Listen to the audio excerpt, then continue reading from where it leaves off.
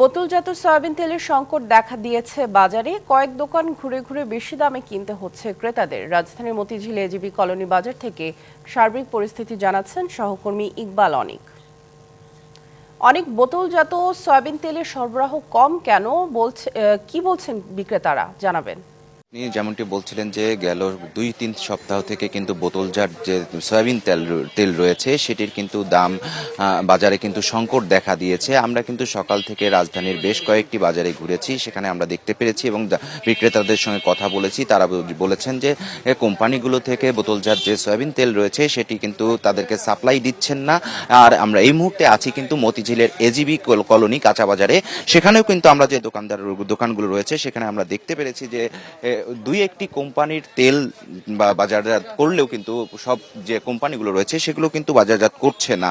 এবং বিক্রেতাদের সঙ্গে আমরা কথা বলেছি যে তারা জানিয়েছেন যে গত 2 সপ্তাহ ধরে কিন্তু এই সংকট তৈরি হয়েছে।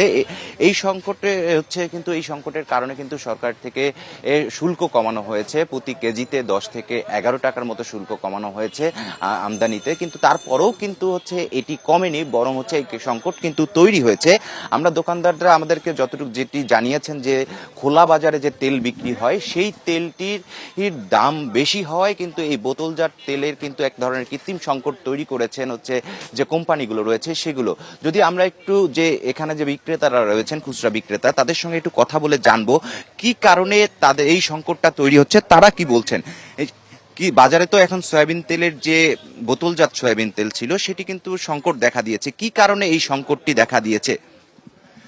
আপনার খোলা তেলের দাম বেশি, প্যাকেট তেল দাম কম, এই জন্য প্যাকেটজাত তেল খুব কম দিচ্ছে সাপ্লাই।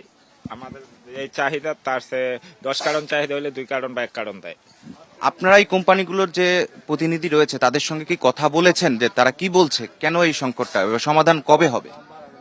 তারা দাম বাড়ানোর জন্য মনে হয় এরকম, নাহলে আমাদেরকে তো পর্যাপ্ত পরিমাণ দিচ্ছে না। আর কোনো কারণ আছে কি যে সামনে রমজান মাস উপলক্ষে যে মজুত করে রাখছে কিনা? মজুদের ব্যাপারে তার আমাদের ধারণা নাই, তারা ভালো বলতে পারবে। ধন্যবাদ আপনাকে।